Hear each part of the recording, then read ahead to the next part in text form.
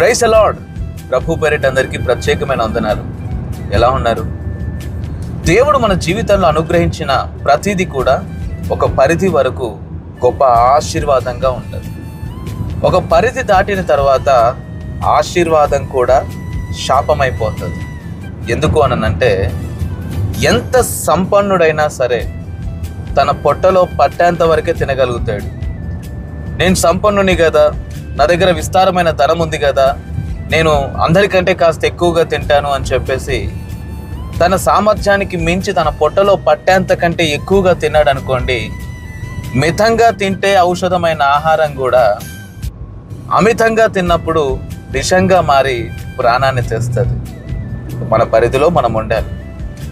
మరి మన పరిధి ఏంటో మనకు తెలియజెప్పేది ఏంటి అని అంటే దేవుని వాక్యం.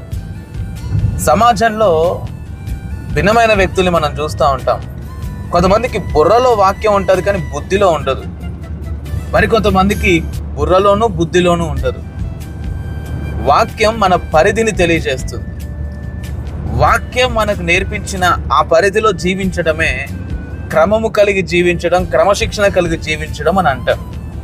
నీ పరిధి ఏంటో నీకు తెలియాలి అని అంటే దేవుని వాక్యాన్ని ధ్యానించు. ఒక స్త్రీనిగా, పురుషునిగా, విశ్వాసిగా, సేవకుడిగా దేవుడు మనకిచ్చినటువంటి బాధ్యతల్లో మన పరిధిలో మనం జీవించడం ఎలాగో వాక్యం నేర్పిస్తుంది. వాక్యానికి విరుద్ధమైన స్థితిలో నువ్వు జీవిస్తున్నావు అని అంటే నీ పతనాన్ని నువ్వు కొని తెచ్చుకుంటున్నావు అని అర్థం. జాగ్రత్త.